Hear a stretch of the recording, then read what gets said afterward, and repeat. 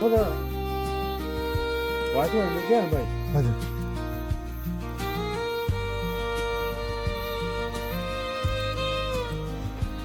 उसलाई पनि भनेको थिएँ मेरो भाइले पनि भन्दै थियो र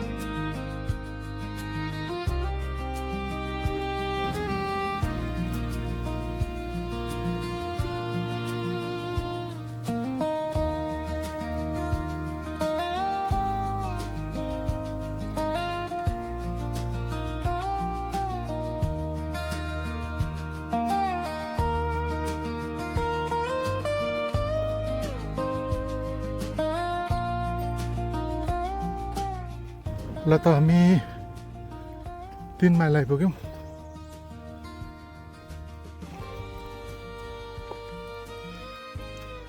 खरसाङबाट हिँडेको प्राय 1 घन्टा भयो होला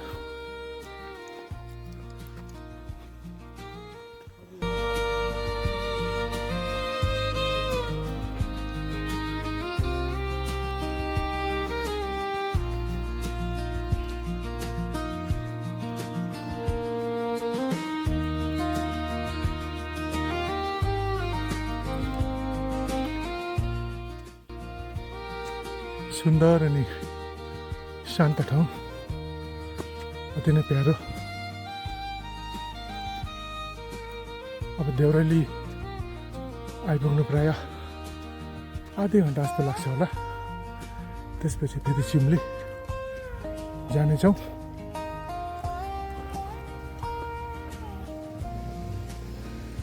अनि हेर्नुहोस् यो घना जङ्गल र बादलको सङ्गमले अति नै सुन्दर देखिरहेको छ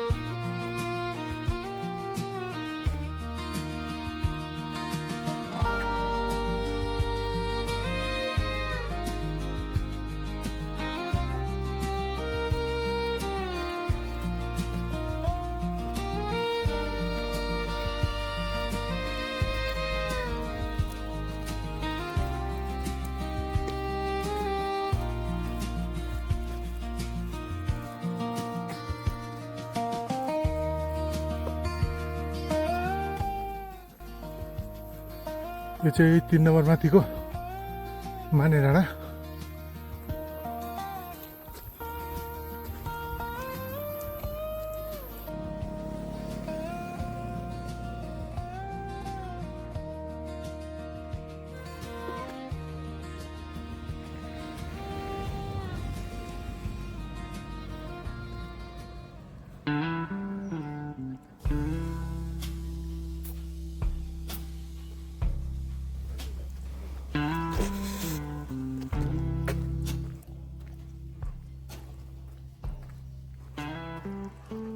अनि मित्र यो अहिले छोडेको हामीले गोलाइ चाहिँ 3 नम्बरदेखि अलिकति माथि अनि देउरालीदेखि अलिकति मुनि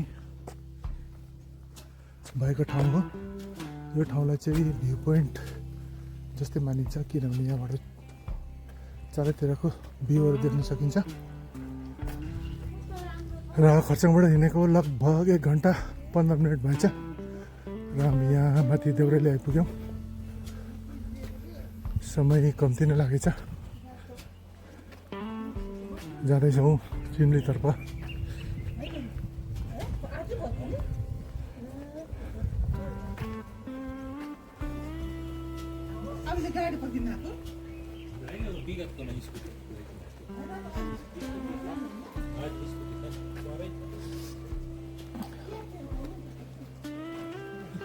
यताबाट चाहिँ सिपाहीधुरा जाने बाटो।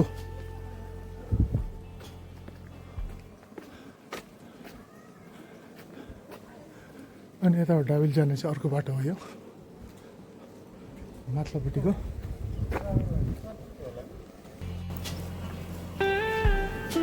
त्यो अस्ति हामी आएको त होइन होइन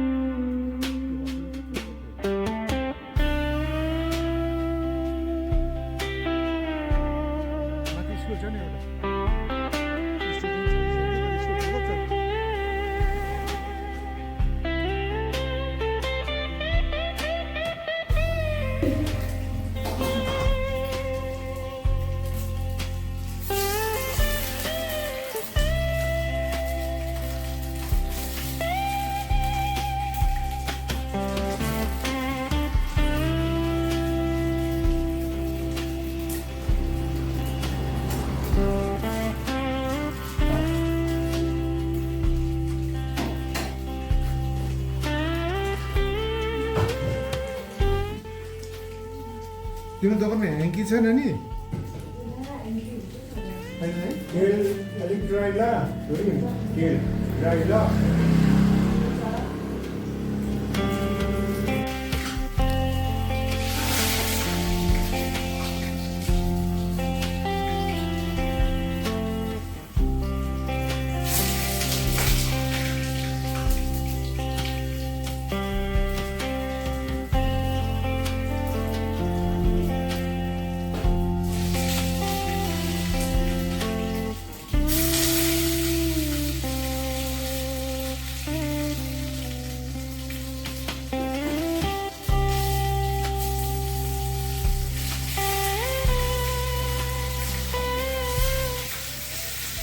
Backpackers Darjeeling. Backpacker. छोरी तर अलिक इमोसनल रहेछ, अलिअलि सङसङ है। शेर्पाहरू त बोल्ड हार्टेड हुँदैन एकदम शक्तिशाली दरिलो हुनु एकदम ल।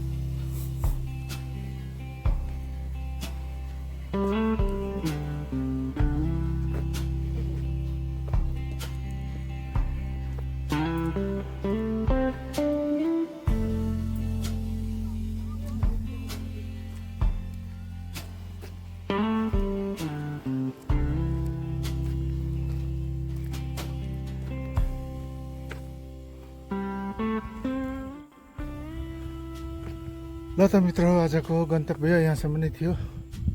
यो चिम्नीको सेल्फी पोइन्टसम्म र यहाँदेखि अब घर फर्किने। By by.